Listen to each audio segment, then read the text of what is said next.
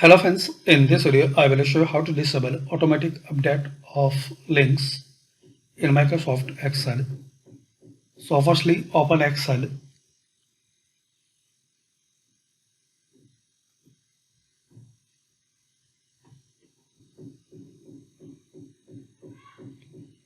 Now here click on File, Options, then click on Advanced.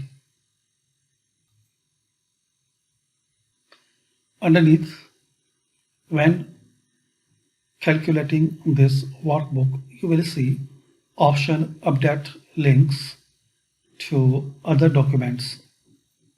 So deselect this box, then click on OK.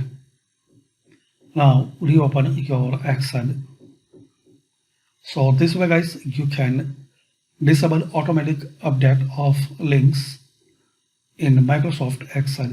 Thanks for watching. Please comment this video useful for you or not.